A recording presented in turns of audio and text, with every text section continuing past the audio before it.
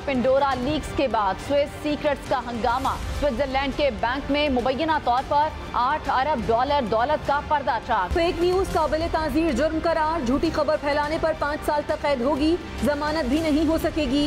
हुकूमत ने electronic crimes ordinance जारी कर दिया। हुकूमत ने इलेक्शन एक्ट में तरमीम का ऑर्डिनेंस भी जारी कर दिया। किसी को इस्तिस्ना नहीं है। 3 साल की जगह 5 साल सजा होगी। ये अब ऑफेंस अवेलेबल नहीं होगा। पीका का जो कानून है उसको हम चैलेंज करें। जहाँ तक ऑर्डिनेंस का बात है, हुकूमत अपने लिए खुद परेशानियां पैदा कर रही है। हुकूमत सोचने समझने की सलाहियत भी खो बैठी है। गलत खबर को बुनियाद बनाकर किसी को भी जेल में डाल सकते हैं। ये ऑर्डिनेंस फैक्ट बनाने वाले, ये ऑर्डिनेंस करवाने वाले सब जमीन बोस होने वाले हैं। अदम एतमाद से घबरा कर हर किस्म की बातें वज़ीर-ए-आज़म करने को तैयार। हमारा कुछ साथी जो पहले कहते थे कि अदम एतमाद नहीं लाना चाहिए, अब वो आपके पेज पे आ रहे हैं। इनके अपने लोग जो हैं वो इनको छोड़ने को तैयार हैं। लॉन्ग मार्च भी होंगे, अदम एतमाद भी जरूर लेके आए। अदम एतमाद वाली क्या बात है? इनके घर वाले इनके ऊपर एतमाद नहीं करते। डाकुओं को एनआरओ नहीं मिलेगा, अब जेलों में जाएंगे। इमरान खान साहब इस वक्त अपनी लास्ट लेग्स में। हम वो जमात तो नहीं है जो किसी दूसरे इदारे के सामने कहे भाई आप आया मुझको निकाले। तस्लीम करता हूँ बड़ी गलती की, इसको हमने इजाजत दे दी बाहर जाने के लिए। इलेक्शन किसी वक्त भी हो सकते हैं, ये इलेक्शन का साल है। अगले 2-3 हफ्ते में जो है सारी तस्वीर जो है वो वाज़ेह हो जाएगी। गवर्नमेंट में आया तो सबसे पहले मुझे अपनी कैबिनेट को कहना पड़ता था कि घबराना ना, और आज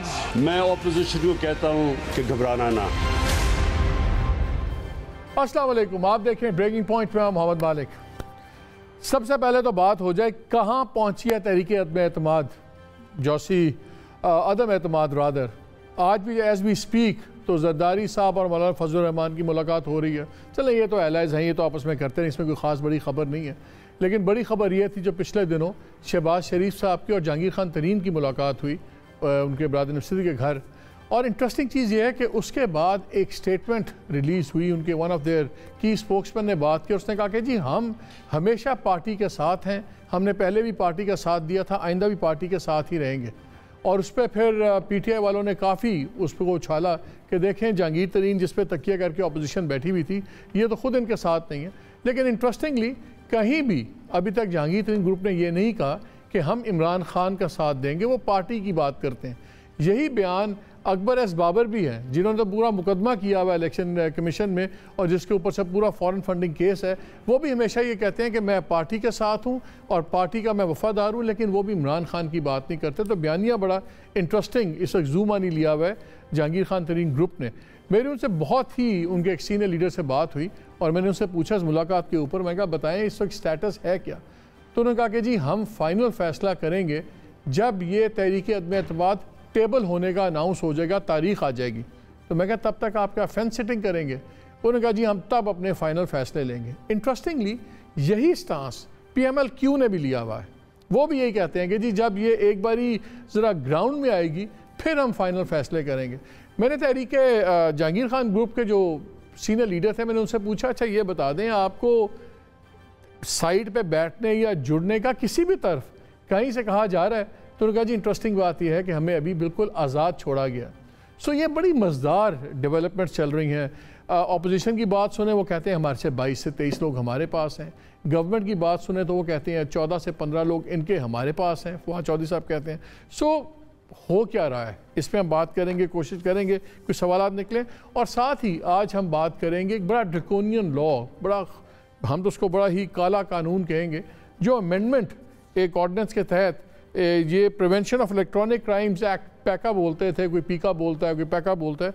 ये माशाल्लाह 2016 में सौगात हमें नवाज शरीफ गवर्नमेंट ने दी थी, तब भी इस पर काफ़ी एतराज़ात थे, लेकिन आज उस पर तड़का लगा दिया है PTI गवर्नमेंट ने और इतना खौफनाक कानून बना दिया है कि जिसके तहत अब किसी को भी गवर्नमेंट जब चाहे उठाए। और जो मैं उसको 2-3 बड़ी मोटी मोटी आपसे बातें करूंगा, मैं आपको बताऊंगा कि क्यों। लेकिन कहा यह जा रहा है कि जी असल में हम सोशल मीडिया और मीडिया को दुरुस्त करना चाहते हैं, कोई शक नहीं है इसमें। हम खुद चाहते हैं कि रेगुलेशन हो, हम खुद चाहते हैं कि जो गलत न्यूज़ है, फेक न्यूज़ है, या जो ये इज़्ज़त बेचती हैं लोगों की, उछाली जाती हैं इज़्ज़तें, इस पर बिल्कुल बड़ी सख्ती से अमल होना चाहिए। लेकिन इनको बहाना बना के फ्रीडम ऑफ प्रेस को ख़त्म करना इस मुल्क में बड़ी ख़तरनाक रविश है। मैं इसी प्रोग्राम में अपने कुछ दिन पहले मैंने बड़ा ओपनली कहा था कि जिस तरीके से फ़र्स्ट लेडी की बात की गई, जिस तरीके से मुराद सईद पे बात की गई, बड़ी शर्मनाक बातें थी और उनको किसी भी तौर पे आप उनको सपोर्ट नहीं कर सकते। बट हैविंग सेड दैट, उन मामलात से निपटने के लिए कानून है, इस पर हम डिटेल में बात करेंगे। लेकिन पहले हम ज़रा बात करना चाहेंगे कि हो क्या रहा है ये तहरीक अदम एतमाद पे। हमें ज्वाइन किया स्टूडियोज़ में मेरे साथ फ़ारूक हबीब साहब हैं, minister of state for information and broadcasting, बहुत शुक्रिया आपका। अताउल्लाह तारड़ साहब ने हमें लाहौर से ज्वाइन किया हुआ है, सीनियर लीडर हैं, डिप्टी सेक्रेटरी जनरल PMLN हैं। और टेलीफोन पे हमें ज्वाइन किया हुआ है चौधरी मंजूर अहमद साहब ने, senior leader Pakistan Peoples Party. Tarar साहब ज़रा आपसे शुरू करते हैं, ये बताएं कि अगर सब ठीक है, बयानात आ रहे हैं कि जी सब कंट्रोल है, सब काबू है, फिर तारीख क्यों नहीं आ रही? आज इस्लामाबाद में एक नई चीज़ फैली हुई कि जी शायद अपोजिशन हो सकता है मूव अनाउंस कर दे, जब प्राइम मिनिस्टर रशिया जा रहे हैं तो हो सकता है उसके पीछे से तारीख अनाउंस कर दी जाए। कोई ऐसी पॉसिबिलिटी है? और नंबर्स गेम कहाँ पहुंची है आपकी? बहुत शुक्रिया मालिक साहब, मैं बड़ा मशकूर हूँ आपका। देखिए, मैं ये समझता हूँ कि जब पार्लियामान के अंदर पॉलिटिकल पार्टीज़ को स्पीकर साहब की तरफ से एक कैलेंडर दिया जाता है कि इजलास कौमी असम्बली का कब मुनक्कद होना है, तो उससे बार बार उसको मौखर करना, उससे भागना और कौमी असम्बली के इजलास का इनकाद ना करना, ये बहुत बड़ी कमज़ोरी है हुक्मरान जमात की। पिछले जुम्मे को ये इजलास होना था एज़ पर कैलेंडर, जुम्मे को ना हुआ, फिर बासगश सुनाई दी कि ये मंडे को होगा। मंडे आज हो गया है, इजलास की कोई कार्रवाई नहीं हो रही, ना हमें मुतला किया गया है। अब सुनने में आ रहा है ये 25 को होगा। तो ये पार्लियामेंट्री डेज भी पूरे करने होते हैं। अदम एतमाद से घबरा कर, उससे डर कर बार बार कौमी असम्बली के इजलास को क्यों मौखर किया जा रहा है? और मैं ये समझता हूँ कि अभी तो हम निकले नहीं हैं तो एक शहजाद अकबर का इस्तीफ़ा आ गया है, अभी तो हम निकले नहीं हैं तो वज़ीर आज़म को हमने बनी गाला की पहाड़ी से नीचे उतर कर बाहर अवाम में जाने पर मजबूर कर दिया है। तो जब हम निकलेंगे तो तब क्या हाल होगा ये तो अल्लाह बेहतर जानता है। मगर कहने का मकसद ये है कि ये आज प्राइम मिनिस्टर के एडवाइज़र्स ने उनको कोई ठीक एडवाइस दी है कि वो जो एक गमो गुस्सा पिछले कुछ जलसों में नज़र आ रहा था, घबराहट नज़र आ रही थी, आज उन्होंने कोशिश की है कुछ उसको ओवरकम करने की। But all is not well in the state of Denmark. मैं ये समझता हूँ कि जिस तरीके से हालात बन गए हैं, इस हुकूमत का टिकना बहुत मुश्किल है। और ये इजलास डिले कर लें, ये जाके जिस तरीके से पहले ये कहा करते थे ना, फ़लाँ डाकू है पंजाब का सबसे बड़ा, फ़लाँ कातिल है, फ़लाँ को मैं लूँगा नहीं, फ़लाँ चपड़ासी है, फ़लाँ है। तो ये जिन अलकाबाद से अपने इत्तेहादियों को नवाजा करते थे, आज इतनी मोहब्बत जाग गई है कि अपने एक वजीर को कह रहे थे कि आपके ख़ानदान की मेरे दिल में बड़ी इज्जत है। तो जब पंजाब का सबसे बड़ा डाकू कहा था तो तब इज्जत कहाँ गई थी? और हमने भी बातें की हैं, हमने भी बातें की हैं मुख्तलिफ सियासी जमातों के बारे में। और ये बिल्कुल सियासत में ऐसा हुआ है। पेट तो आपने भी फाड़े हैं ना, पेट तो आपने भी फाड़े हैं। नहीं, वो ठीक है, वो बिल्कुल हमारा बड़ा उतार चढ़ाव रहा है, हमारे बड़े टर्बुलेंट रिलेशनशिप्स रहे हैं, मगर हमने इक़्तिदार की खातिर इस तरीके के कॉम्प्रोमाइज़ नहीं किए जिस तरीके से ये तब्दीली सरकार कर रही है। और ये मैं मुतालबा करना चाहता हूँ आपकी, ये मुझे बताएं कब आ रही है आपकी, कोई आइडिया है कब आ रही है तहरीक आपकी? कुछ आइडिया है? मालिक साहब, मैं I will be very blunt and I will be very open. देखें, अदम एतमाद पे जो हमारी तैयारी है, जो हमारे राब्ते हैं, जो मामलात हैं, मैं उस पर ज़्यादा कमेंट इसलिए नहीं करूँगा कि उसका एक वक्त आएगा जब उसको पब्लिक किया जाएगा। मगर मेरी आपके शो के तवस्सुत से दरख्वास्त ये, और minister of state for information, हमने पॉलिटिक्स भी इकट्ठे स्टार्ट की थी स्ट्रीट एजिटेशन से, मैं इनके रूबरू गुजारिश करूँगा कि मेहरबानी करके इजलास बुला लें, इस्लामाबाद आने का हमें मौका दें, वहाँ पे ज़रा गहमा गहमियों को रौनक लगे, कोसार मार्केट के बाहर पता लगे कि लोगों के साथ हमारी मेल मुलाकातें हो रही हैं। तो आपके सामने ओपन मुलाकातें करेंगे, जिन लोगों से भी हमारा राब्ता है, कोई छुप छुपा के नहीं करेंगे। तो मेहरबानी करके इजलास बुलाएं। घबराहट किस बात की है? फारूक साहब, क्या घबरा क्यों गया? इजलास क्यों नहीं बुला रहे? नहीं, देखें, इजलास तो बुला वैसे इसके लिए तो वैसे भी लगा इजलास होगा, वोट के लिए तो नहीं, वो तो चले खैर, अब तो ये तरलो मिनतों के ऊपर आ गए ना, इतनी बेबसी है कि ये कह रहे हैं ये अच्छा रिस्क है, ये रिस्क हमें जो है वो ले लेना चाहिए। भाई इनको खुद नो कॉन्फिडेंस के ऊपर ये खुद नो कॉन्फिडेंस कर रहे हैं। भाई तकरीर करते रहे, हम तो 3.5 साल से इनकी अब तकरीर भी हमने सुनना छोड़ दी है। हम इनकी बातों को अब संजीदा ही नहीं लेते। आपस की बात है, ये आपस में भी एक दूसरे की बातों को जो है वो संजीदा नहीं लेते। और पहले मरियम सफदर के साथ एक बार हाथ हो चुका है, आपके इल्म में है कि उन्होंने बड़ा कहा, घड़ी खुदा बख्श भी गए, जियो भुट्टो के नारे भी लगाए। उनको ये लग रहा था कि वो जरदारी को बेच देंगी, लेकिन जरदारी ने उनके साथ हाथ कर दिया। एक सादा सी बात उन्होंने की कि मियाँ साहब वापस आ जाएं, हमारे इस्तीफ़े ले लें। लॉन्ग मार्चिज़, अदम एतमाद, इस्तीफ़ों की को 12-13 बार ये डिफरेंट मौक़ों पे हम ऐलानात सुन चुके हैं ना ये ऐलानात, लेकिन इनके ऊपर किसी किस्म का कोई आज तक अमल दरामद नहीं हुआ। ये मुलाकातें करना चाहते हैं, मैं इनको ये मशवरा दूंगा, ये पहले मुलाकातें करें अपने उन अरकान से। जो सेनेट में गैस का बिल आता है अक्सरियत इनकी है, लीडर ऑफ द अपोजिशन भी सेनेट में इन्होंने बनवाया ना, 80 वोट इन्होंने दिए थे। और ख़ास तौर पे अताउल्लाह तारड़ साहब का तो आपको याद होगा, इन्होंने तो कहा था, बड़ी खुशी मनाई थी कि हमने 80 वोट दे दिए हैं। गिलानी साहब को, जिनको हमने नाहल करवाया था, उनको हमने सेनेटर बनवा दिया, वो चेयरमैन सेनेट बनेंगे। लेकिन वो चेयरमैन सेनेट बनने के लिए सेनेटर नहीं बने थे, वो वहाँ पर अपोजिशन लीडर बनने के लिए सेनेटर बने थे, और हाथ वहाँ भी इनके साथ हुआ। अब जो है वो शहबाज शरीफ के साथ हाथ होने जा रहा है। वो क्या? ये भी मैं आपको बता रहा हूँ। शहबाज शरीफ देखें ना, वो कहते हैं हमने इक़्तिदार के लिए कंप्रोमाइज़ नहीं किए, हमने इक़्तिदार के लिए कंप्रोमाइज़ नहीं किए। पिछले 3-3.5 साल में इन्होंने जितनी इनकी मुलाकातें हुई हैं एक दूसरे के साथ, जितनी बार इन्होंने एक दूसरे को कभी शो काज दे, कभी के एक दूसरे के ऊपर अदम एतमाद कर, कभी एक दूसरे को सिलेक्टेड कहा है। अब शहबाज शरीफ को 20-20 साल बाद यादत करना याद आ गई है। जरदारी के बारे में जो उनके बयानात थे वो किसी से ढके छुपे हैं, लेकिन मुलाकातें हो रही हैं। लेकिन अब मामूली चीज तो नहीं है ना, चाहे जो मर्जी वजह है, लेकिन मालिक उनका चौधरी शुजात से परवेज़ लाई से मुलाकात बजाते खुद एक पॉलिटिकल डेवलपमेंट तो है ना। फिर तुम थानेदार नूं दाद दियो ना थानेदार नूं दाद दियो जिसने 20 साल बाद जो है वो मुलाकात याद करवा दी। मामला ये है कि इनके एंड के ऊपर क्या है, एक छोटी सी कोई ना कोई शर्त आ जानी है। जब वो छोटी सी शर्त आ जानी है, इन सब की जो है ना रेत की दीवार की तरह जो है ना इनके दावे गिर जाएंगे। बुला रहे, वो कह रहे हैं आप सेशन क्यों नहीं बुला रहे? सर सेशन बुला रहे हैं, सेशन हो जाएगा, जुम्मे वाले दिन सेशन हो जाएगा। वहाँ तो आगे इन्होंने मकसूद चपड़ासी का जवाब देना है ना, जो 4 अरब रुपया जिसके अकाउंट में आ गया, 10,000 रुपया उसकी तनख्वाह थी, उसका जवाब देना है। शहबाज शरीफ साहब आएंगे, हम उसका जवाब लेंगे, हम करारदाद भी लेकर आ रहे हैं। अगर ये इतने 2 नंबर इनमें सारे काम है और इतना केस सिक्का बंद केस है, तो फिर अभी तक आपने एक भी कन्विक्शन क्यों नहीं कराई? आप देखें ना, काम भी 2 नंबर है, आगे से तरीका वारदात भी 2 नंबर है, तो आप लोगों ने पकड़ा क्यों नहीं? एक कन्विक्शन नहीं आपको मिली। सुन तो लेना, आपको याद होगा एक केस इमरान खान के ऊपर बनाया हनीफ अब्बासी ने। इमरान खान उस टाइम वजीर आज़म भी नहीं थे, कोई पब्लिक ऑफिस होल्डर भी नहीं थे। उन्होंने कोई टेक्निकल ग्राउंड के पीछे नहीं गए, वो सिंपल डेली जाते थे, अदालत में पेश होते थे, अपनी 40 साल कमाई का हिसाब दिया, 60 डॉक्यूमेंट्स दिए। अब क्या हो रहा है, अब शहबाज शरीफ साहब ने जाके फर्द जुर्म जिस दिन दायर होनी थी 6 दरखास्तें दायर करवा दी वहाँ पर। ये जी ये चलान की कापी नहीं पड़ी जा रही, ये जी वो फलाना बंदा है तो ये तो सिविलियन है, तो इसका करदार कैसे हो गया। इल्तवाएं लेने के लिए टेक्निकलिटीज के पीछे इस्लामाबाद मुझे बताएं, आखिरी 10 सेकंड दे दें मेहरबानी आपकी। सीधा सीधा जवाब दें कि जनाब ये 16 अरब का हमारे ऊपर केस है, हमारे 14 मुलाजमीन के अकाउंट में आए हैं, हमारा इससे कोई लेना देना नहीं, कोई ताल्लुक नहीं, हमें नहीं पता ये पैसे कहाँ से आगे जाके अदालत को मुतमिन कर दें। क्यों इल्तवाएं लेते हैं, क्यों पीछे छुपते हैं, क्यों सलमान शहबाज को इश्तिहारी कराया हुआ है, बुला ले उसको भी वापस। तारड़ साहब एक चीज बताएं, ये तो आपको झूठा साबित नहीं कर पाए अभी तक, आप इनको झूठा साबित क्यों नहीं कर देते? बताएं, जो बात इल्जाम लगा रहे हैं गलत है, ये सीन है। बात ये ये हर मामले पे अदम एतमाद का जवाब भी मकसूद चपड़ासी है, इनसे महंगाई का पूछें उसका जवाब भी मकसूद चपड़ासी है।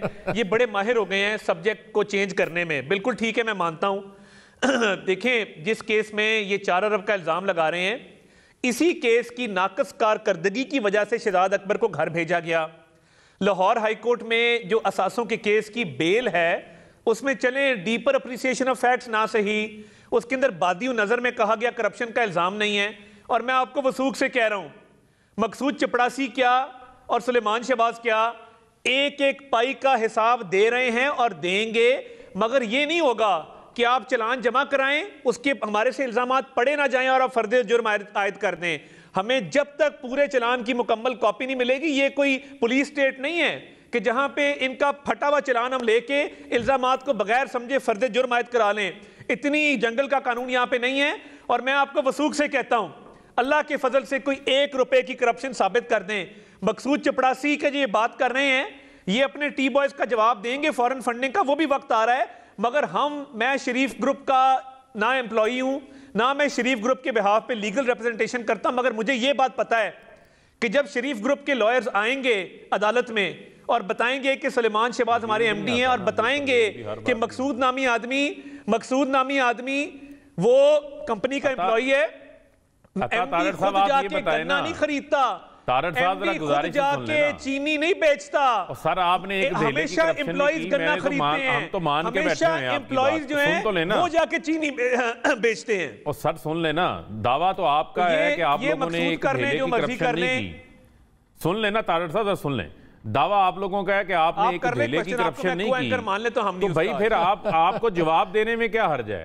आप कहें कि जनाब हमारी रोजाना की बुनियाद के ऊपर आप हेयरिंग करें, हमने एक धेले की करप्शन नहीं की हुई, क्यों आप अपने ऊपर ले लेते हैं? आपके वकील भी पेश नहीं होते, इल्तवाई ले लेते हैं, कभी वकील बदल लेते हैं। हम तो ये कहते हैं कि एफआईए का केस ही नहीं बनता, ये प्योरली बिजनेस ट्रांजैक्शंस हैं, ये एफबीआर का केस है एट बेस्ट, ये तो एंटी करप्शन का भी केस नहीं बनता, ना एफआईए का बनता है। चलो ये तो मान रहे हैं ना केस है, ये तो मान रहे हैं कि पैसे आए हैं, केस कोई नहीं है, केस कोई नहीं है। शहबाज शरीफ की एक चीज एफबीआर में डिक्लेयर्ड है, लेकिन अब आपने ये बताना जाके वो तो एफआईए की अदालत में साबित होगा। अगर आपने बनाना है, नहीं मैं आपको मुझे चौधरी मंजूर सिर्फ आखिरी बात कर दूं, तारड़ साहब जरा सुन लेना। प्रॉब्लम यह है कि इमरान खान साहब कानों के कच्चे हैं, उन्होंने किसी के कहने पे ये केस बना दिया, सुन ले, किसी के कहने पे नहीं बनाया, तो 14 मुलाजमीन फड़ेगे ने बिल्कुल बनाया है। मोहम्मद मालिक के कैमरामैन के अकाउंट में क्यों नहीं 1 अरब आ जाता भाई आपके साथ, और सजाद भट्टी के अकाउंट में 4 अरब क्यों नहीं आ जाता भाईजान? और सजाद भट्टी की मकसूद चपड़ासी शरीफ का पोतरा है,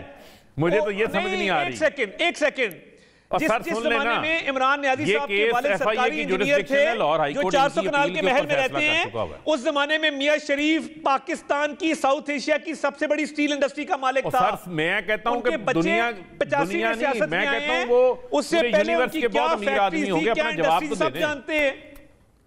तो फिर जवाब दे रहे हैं, अगर आपकी उस बात में बड़ा वजन है, लेकिन फिर तो खरीदता ना चीनी बेचता है, पेपर ट्रेल तो मिसिंग है ना, खरीदते हैं और चीनी बेचते हैं। देखिए ये मुझे नहीं पता कि इनकी कितनी बातें सही हैं या आपकी कितनी सही हैं, लेकिन पेपर ट्रेल की कमी का तो मसला हमने देखा। और सलमान शहबाज क्यों मुल्क से बाहर है? चले मेरा सादा सा जवाब देना, क्यों बाहर है सलमान शहबाज? सलमान शहबाज मैं जवाब देता हूं, सलमान शहबाज को एनसीए और बरतानिया की अदालतें बेगुनाह करार दे चुकी हैं। हम कतन पाकिस्तान की अदालत के केस हो गया, आप लोगों को उठा के बंद करते हैं।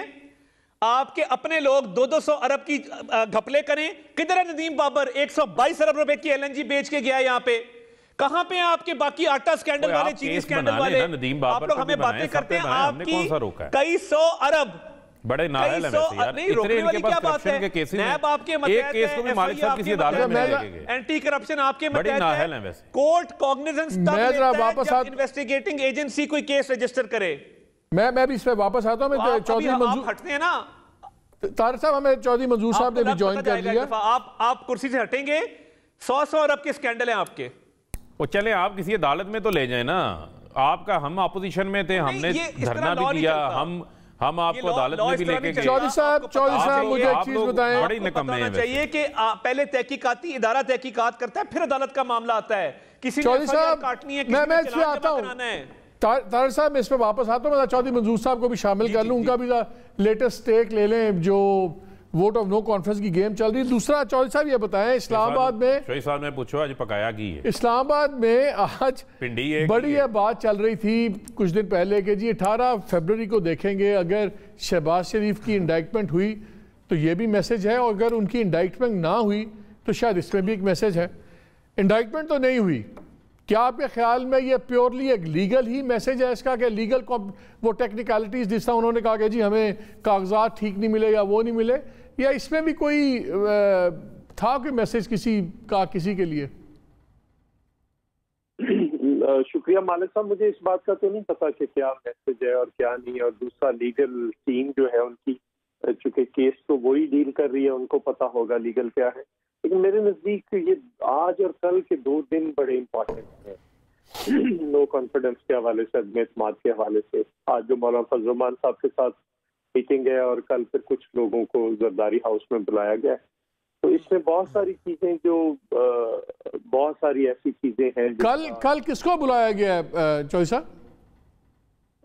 कल मेरे ख्याल में पता चल जाएगा आपको। कल काफी जो कायदीन है उनको शायद दावत दी गई है, तो वो फिर पता चलता है इनकी बात को एंडोर्स करता गया या किस को नहीं बुलाया गया। तो मेरे ख्याल के मुताबिक ये 2 दिन या 2-3 दिन जो है, या आप ये वीक पूरा कर लें, ये बड़ा इम्पोर्टेंट है। इसमें सारे फैसले हो जाएंगे जो भी फैसले होने हैं, और अगर वो फैसले सारे हो जाएंगे तो फिर उसके बाद प्रोसीजर स्टार्ट हो जाएगा। प्रोसीजर कब स्टार्ट होता है, किस डेट को होता है, ये फैसला तो सारी पार्टियों ने मिलकर करना है। लेकिन आज जब इमरान खान साहब कह रहे थे तो मैं अपोजिशन से कहता हूँ कि घबराए ना। बिल्कुल उन्होंने दुरुस्त कहा, अपोजिशन बिल्कुल नहीं घबरा रही, ना उन्हें घबराना चाहिए। अब तो उनके घबराने का टाइम शुरू हो गया। तो आने वाले दिनों में जो पाकिस्तान की सियासत है, मैं एक तालिब इल्म के तौर पर देखता हूँ, वो एक इंतहाई अहम मोड़ पे चली जाएगी। रही बात ये कि ये करना क्यों जरूरी है, इसलिए जरूरी है कि इस वक्त मुल्क के अंदर जो बहरान चल रहा है, एक के बाद दूसरा बहरान आ रहा है, दूसरे के बाद तीसरा बहरान आ रहा है, और इस बहरानों में इस कदर ये बुरी हालत है कि कहीं कोई ऐसा फैसला ना हो जाए या कोई ऐसा नुकसान ना हो जाए जो बाद में इररिपेयरेबल हो, जो फिर ठीक ही ना हो सके।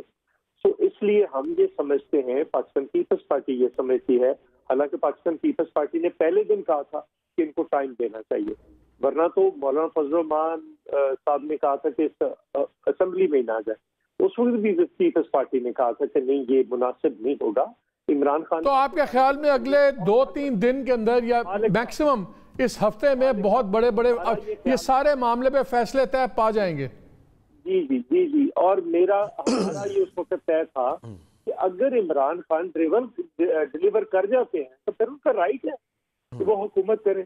ठीक, मुझे यहाँ पे एक ब्रेक लेना है, और ब्रेक से पहले मैं एक चीज नाज़िर से भी शेयर करता, जो मेरी पिछले 48 घंटे में काफ़ी एलाइज के साथ बातें हुई, इनके सरकर्दा लीडर्स, ऑब्वियसली वो जिसको हम बैकग्राउंड ब्रीफिंग्स कहते हैं, उसी में इस वक्त वो बात करते हैं, रिकॉर्ड पे तो कोई बात नहीं कर रहा है इस वक्त। लेकिन सबने इंटरेस्टिंग एक बात की, किसी ने कहा कि हमें कहीं से भी टेलीफोन कॉल नहीं आ रहे, ना इधर के लिए ना उधर के लिए। क्या ये गवर्नमेंट के लिए एक अच्छा शगुन है या नहीं, इस पर भी बात करेंगे।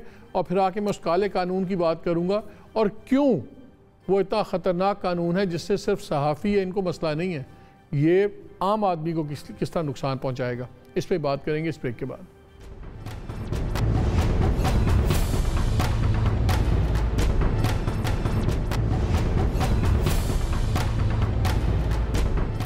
जी, welcome back to the show. अच्छा, इस पर एक क्विकली बात फ़ारूक आपसे पूछ लेता हूँ। ऑपोजिशन वाले कह रहे हैं कि जी अब ये हफ्ता डिसाइडर होगा, आंट जांट जो भी है खुल के बात आ जाएगी। You think so? नहीं, देखिए, कोई डिसाइसिव इनके लिए हो सकता है, इनके लिए तो पहले भी डिसाइसिव हो चुका हुआ है ना। मेरे नज़दीक तो इनका डिसीजन 2020-21 में लोग रिएक्ट क्यों कर रहे हैं, इतने सख्त रवैये, प्राइम मिनिस्टर भी जलसों पे निकल पड़े हैं, बोल पड़े हैं। और इनका डिसाइसिव मामला 2020 लाहौर जलसे के बाद हो गया था, और यहाँ पार के बाद जो काम खवारी वाला शुरू हुआ है ना, कि अपने लोगों के 2 लोगों के इस्तीफे पहुंच गए थे स्पीकर कौमी असम्बली के बाद, सिर्फ 2 लोगों के गए थे ना। एक कैप्टन सफदर के भाई थे, मरियम सफदर के जेठ थे, एक साहब का जहांगीर तरीन का भी आप अपने हक में बयान नहीं दिलवा सके। ग्रुप ने अभी तक आपके खिलाफ आपके हक में एक बयान नहीं दिया। साहब ये बताएं, इससे पहले कितनी मीटिंग्स हो चुकी, कितने खाने हो चुके हुए ना, मीटिंग्स भी हुई, बयानात भी आए, सब कुछ हुआ। उसके बाद जो मतलूबा नंबर ये डायल करना चाहते हैं, उस नंबर से जो है वो इनको रिस्पांस नहीं आ रहा, ये रॉन्ग नंबर डायल कर रहे हैं, इनको कोई रिस्पांस नहीं आना। मैं इनको ये फिर कह रहा हूँ, ये हर बार एंगेज होते हैं, एंगेज होने के बाद फिर ये जो है वो अपने ही खोदे हुए गड्ढे के अंदर खुद गिर जाते हैं। अगर आप इतने सुकून में हैं, सब कुछ है, तो मैं दूसरा सब्जेक्ट भी डिस्कस करना चाहता हूं। तो आप हमें जलसे जुलूस क्यों नहीं करने देते? हमारा राइट नहीं है कि हम जाएं पब्लिक में, हम जाके अपने काम करें, जलसे जुलूस ऑपोजिशन करें, आप लोग काम करें, सारा दिन महंगाई को डील करें, इकोनॉमी को डील करें, जलसे जुलूस ऑपोजिशन को रहने दें। नहीं, मालिक साहब सुन लेना, मुझे आप ये बताएं, 49 प्राइवेट दौरे किए थे आसिफ अली जरदारी ने, 29 प्राइवेट दौरे, 25 प्राइवेट दौरे किए थे मियां नवाज शरीफ ने, इमरान खान ने तो आज तक एक प्राइवेट दौरा नहीं किया, इमरान खान ने तो आज तक छुट्टी नहीं की। भाई काम नहीं कर रहा है और क्या कर रहा है? वो कह रहे हैं कि आप लोग इतने, लोगों का ख्याल है कि आप लोग इसलिए इतने परेशान हैं। ये भी काम का हिस्सा है, पब्लिक में जाना मिलना, अवामी वज़ीर आज़म की पहचान होती है। छुट्टी की लोड़ है, हमने को पटवारी टीचरों से जलसे भरे, आप देखें हमारे जलसे में खचाखच वॉल टू वॉल लोग मौजूद थे। सर सुन तो लो ना, छुट्टी तो उसने करनी जो काम करता, जो काम ही कोई नहीं करता उसने क्या रोना धोना शुरू करता है। अभी तो जलसों की सीरीज आ रही है। अच्छा आज मैं जरा नाज़रीन से बात कर लूँ, बिकॉज ये बड़ा सीरियस इशू है। आज मीटिंग भी थी जॉइंट एक्शन कमेटी की, तमाम मीडिया ऑर्गेनाइजेशन उसमें थी, आप भी उस मीटिंग में थे और मिनिस्टर साहब से फिर वहाँ से वॉकआउट हो गया। ये जो कानून आप लेके आए हैं बिल्कुल ठीक है, आप कानून में सजाएं दें लोगों को जो बेहूदगी करते हैं नेट के इंटरनेट के ऊपर, सोशल मीडिया में, सब कुछ। लेकिन पहले जरा इमरान खान के साहब को सुन लें कि वो खुद क्या कहते थे इस बारे में। कान खोल के सुन लो, तुमने सोशल मीडिया की आजादी राय को नुकसान पहुंचाया। तहरीक इंसाफ को मजबूर ना करें, हम सड़कों पर निकलेंगे, हम किसी सूरत तुम्हें लोगों की आवाज बंद करने नहीं देंगे। जिस तरह की मीडिया को पाकिस्तान में आजादी है, मैं चैलेंज करता हूं आपको किसी मगरबी जिस तरह की आज़ादी है। आज आपने क्या किया? आपने कहा जी फेक न्यूज़, बिल्कुल सही बात है, फेक न्यूज़ नहीं होनी चाहिए। आपने उसकी कानूनी तशरीह नहीं की फेक न्यूज़ की, लेकिन आपने क्या कर दिया, आपने अमेंड कर दिया ये एक्ट। अब क्या कानून बना है कि ये कॉग्निजेबल ऑफेंस है, यानी कि जो भी FIA या कोई इदारा वो आए वो मुझे उठा के ले जा सकता है, बाद में पहले इंक्वायरी के लिए ले जाए, बाद में पर्चा कटेगा और मेरी बेल वहाँ नहीं होगी, मेरी बेल सिर्फ अदालत से होगी। आपने उसको टोटल स्वीपिंग पावर्स दे दिए। आपने कानून में ये तब्दीली कर दी है कि किसी आपके ख़िलाफ़ अगर कोई सोशल मीडिया पे बात चलती है या कोई भी हो, सही गलत व्हाटएवर, तो पाकिस्तान के किसी भी कोने से कोई भी बंदा मुकदमा कर सकता है उस शख्स के ऊपर। यानी कि किसी को आपने ख्वार करना है तो आप ही के पार्टी वर्कर्स एक मुकदमा कर देंगे दादू में, एक कर देंगे लाहौर में, एक कराची में, एक बुनेर में, और वो बंदा पागलों की तरह इस तरह फिरेगा। सज़ाएँ आपने बढ़ा दी, आपने इतना खोल दिया कॉग्निजेबल करके और ये चीज़ें करके, और बेसिक तय आपने किया नहीं कि यार फेक न्यूज़ होती क्या। आपको पता है इसमें नेगोशिएशन चल रही थी, आज पे वॉकआउट भी हो गया। नज़र ये आ रहा है कि कुछ वाक़यात हुए, आपने कहा बंदे को अंदर भी किया, वो अलग इशू है कि शायद आप बुखला रहे हैं कि ये हालात पॉलिटिकल इतने ख़राब हुए में तो दबा दो, कोई क्रिटिसिज्म ना हो, बिकॉज आज कोई भी चीज़ पे आप किसी को भी उठा सकते हैं।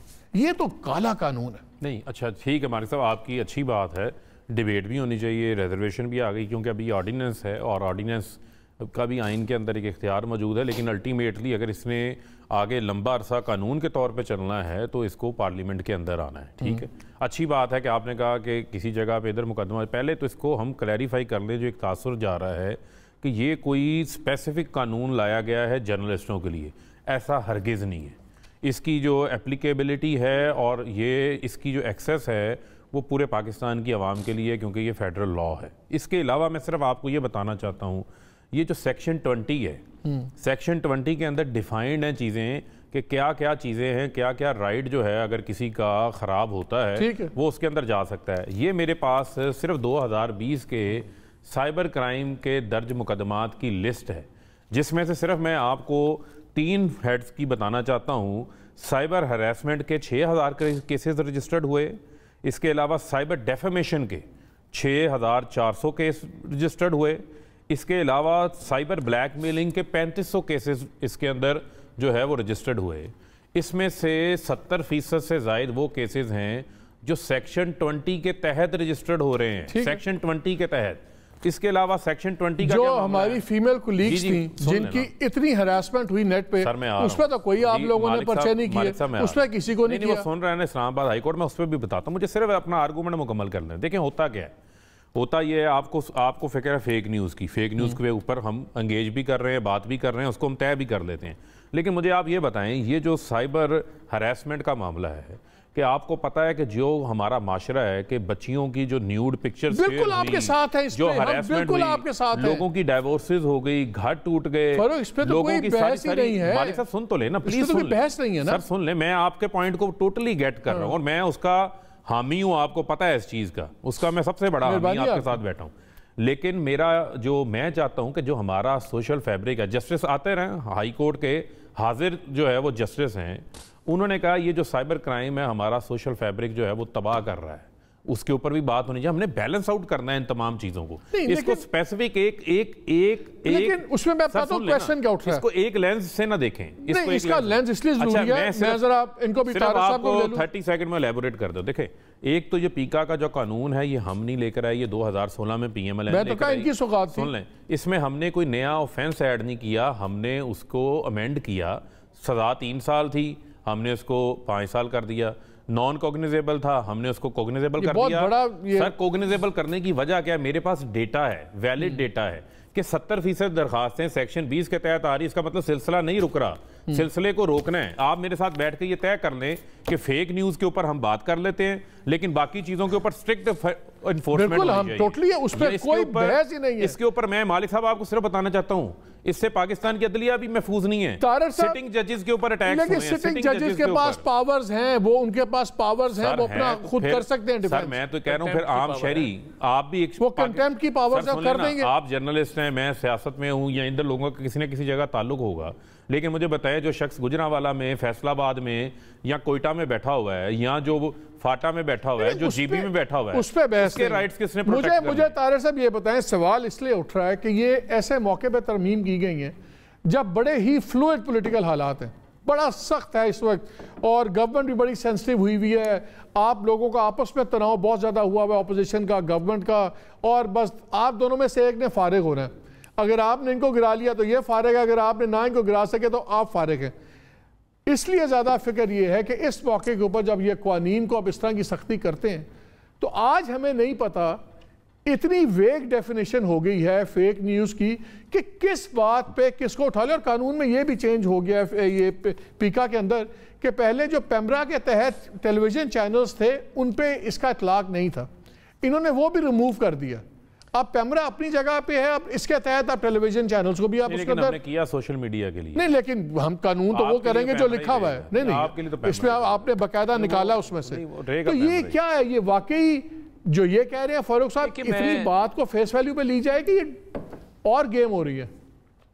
नहीं, देखिए, ये और गेम है। मैं समझता हूं कि जो सुप्रीम डॉक्यूमेंट है वो आईने पाकिस्तान है, और आईने पाकिस्तान का आर्टिकल 19 है जो freedom of speech, freedom of press को गारंटी करता है।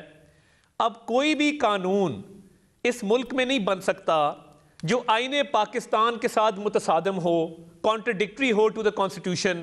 पहली बात तो ये है। मगर फ्रीडम ऑफ एक्सप्रेशन जो है, मैं समझता हूं कि तमाम राइट्स एक तरफ और फ्रीडम ऑफ एक्सप्रेशन, आज़ादी इज़हार राय का राइट एक तरफ। आज खुदा ना खास्ता मेरी कोई आज़ादी सल्ब कर ले तो आवाज़ उठेगी मेरी आज़ादी सल्ब करने पर, तो मेरी आज़ादी गारंटी होगी। खुदा ना खास्ता कोई किसी की जान ले ले, राइट टू लाइफ, वो तब उस पर इंसाफ मिलेगा जब आवाज़ उठेगी।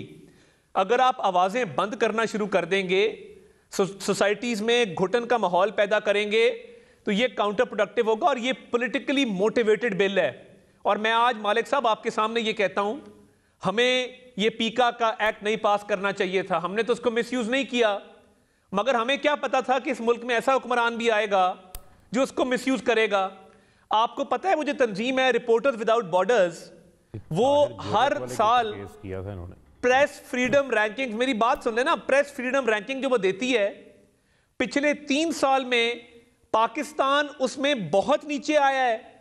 और यहां पे हर दूसरे दिन कोई ना कोई वाकया हो जाता है, और जितना प्रोपेगेंडा कंटेनर पे चढ़ के 2014 में फैलाया गया था, इस मुल्क की तारीख में नहीं फैलाया गया। और आज आप हमें सिखा रहे हैं कि फेक न्यूज़ क्या होती है। हमारा आज भी एक कारकुन, साबिर हाशमी इसका नाम है, FIA की कैद में बंद है, टॉर्चर किया जा रहा है, और नॉन बेलेबल उस पर ऑफेंसेस लगाई हैं। उसने सिर्फ एक रीट्वीट किया था एक कोई घरेलू नाचाकी के हवाले से कोई एक खबर। और जो मैं देखें मोहसिन बेग साहब के साथ जो हुआ, ये कौन से कानून में लिखा है कि थप्पड़ और मुक्के मारे एक शख्स को आप? मेरे पास भी अगर FIA वाले आएंगे ना और बगैर वारंट के आएंगे तो मैं भी मज़ामत करूंगा। ये किसी को राइट हासिल नहीं है कि वो ये इन्होंने FIA को FSF बना दिया है।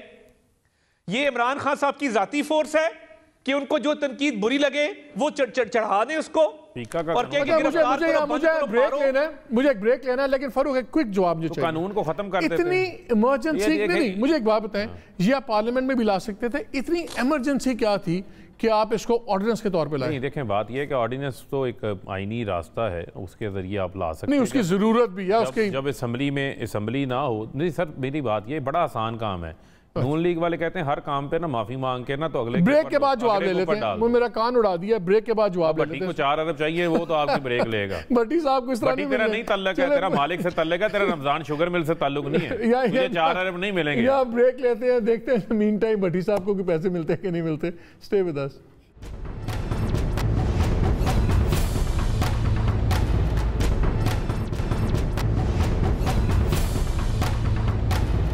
जी welcome back to the show. Chaudhry Manzoor साहब, वेरी क्विकली आपके ख्याल में क्या ये इतनी मासूमाना ये लेजिस्लेशन है कि जी हमने माशरे को जरा कंट्रोल करना है, कि ये हालात के मुताबिक पैनिक में आ रही है गवर्नमेंट? ये तो पैनिक से भी आगे, क्योंकि ये आपने काला कानून की बात की और मुझसे कोई कहे तो ये तो काला शाह काला कानून है।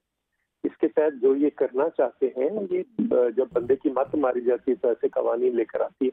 तारीख तो ये है, ये नवाज लीग तारक साहब बैठे हैं, हमने जब जब जो चीज इनको कही कि ना करें इन्होंने की, और अल्टीमेटली उसमें फंसे। दहशतगर्दी की अदालतें हो, 62-63 हो, जितनी भी चीजें थी हमने इनको कहा, और बाद में इन्होंने तस्लीम किया कि हाँ इवन लैब लॉस के अंदर हम तरामीम करना। अब ये जो करने जा रहे हैं, ये कल तक तो इमरान खान कह रहे थे, आज जो करने जा रहे हैं, जो कल को इसमें इन्होंने भी फंसना है। लेकिन ये हर किसी के सर पे आपने एक तलवार लटका दी। ये दो चीजों को खल्त मल्त कर रहे हैं आप। अगर कवानीन को ठीक करना है तो आप इसको लायबल कानून के अंदर आप उसको मौसर बनाएं। बिल्कुल सही बात है। रोक दें फेक न्यूज, क्योंकि सबसे बड़े फेक न्यूज के विक्टिम तो पाकिस्तान पीपल्स पार्टी रही है तारीख के अंदर। अगर आप ये करते कि मीडिया ऑर्गेनाइजेशंस को बिठाते, सारी पार्टियों को बिठाते, तो बिल्कुल कोई भी नहीं है जो फेक न्यूज पे नहीं चाहता कि कानून हो। लेकिन इस तरह से अगर आप लोगों का बाजू मरोड़ने के लिए इस किस्म की कवानीन बनाएंगे तो ये तो बहुत खौफनाक कवानीन है। पहले ही पाकिस्तान के अंदर जो फ्रीडम ऑफ प्रेस है और फ्रीडम ऑफ स्पीच है, जिसकी बात अभी तारक साहब कर रहे थे, उसका बहुत बुरा हाल है।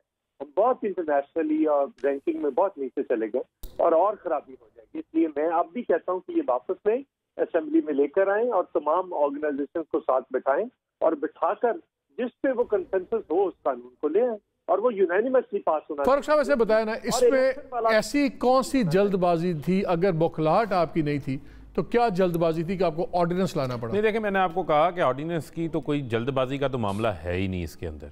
बुनियादी तौर के ऊपर मैंने आपको फिर कहा, मैंने तो आपके सामने डेटा रख दिया है कि ये डेटा है 70% एप्लीकेशंस अगर सेक्शन 20 के तहत आ रही हैं तो इसका मतलब है कि there is something serious issue कि आप कॉग्निजेबल ऑफेंस नहीं है, नॉन कॉग्निजेबल के ऊपर तो आप इस पे कौन आपसे बहस करेगा? कौन नहीं चाहेगा? कौन नहीं चाहेगा कि झूठी इत्तला वाले को आप अंदर करें? कौन नहीं चाहेगा कि किसी की इज्जत पगड़ी ना उछाली जाए नेट पे? ये बड़ा ये आप कह रहे हैं कौन नहीं चाहेगा? मुझे ये बताएं कि ये दोनों जमातें बैठी हुई हैं, चले आपके साथ तो हमने एंगेज किया हुआ है, इन्होंने कोई एफर्ट किया आज तक सीरियस? इनके एंड के ऊपर कोई एफर्ट हुई फेक न्यूज के खिलाफ? चूंकि ये खुद फेक न्यूज का हिस्सा बने हुए हैं।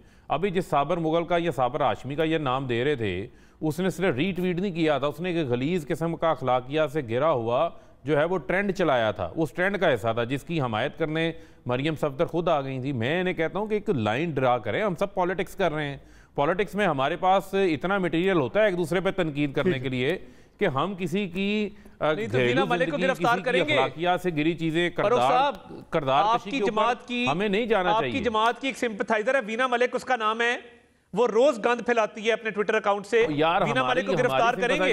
चले अब आप कंप्लेन करें, अपनी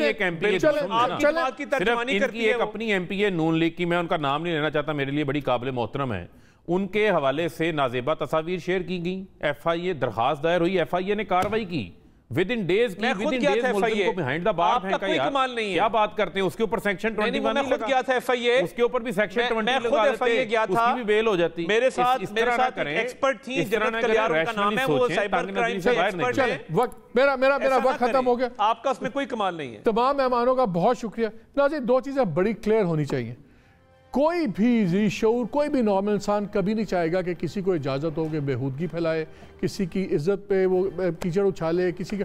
हम खुद इसके विक्टिम हैं जो ये नेट पे हो रहा है। हमारे घर वालों की तस्वीरें लगा के बेहुदा रिमार्क्स दिए गए, सब कुछ, कोई नहीं चाहता।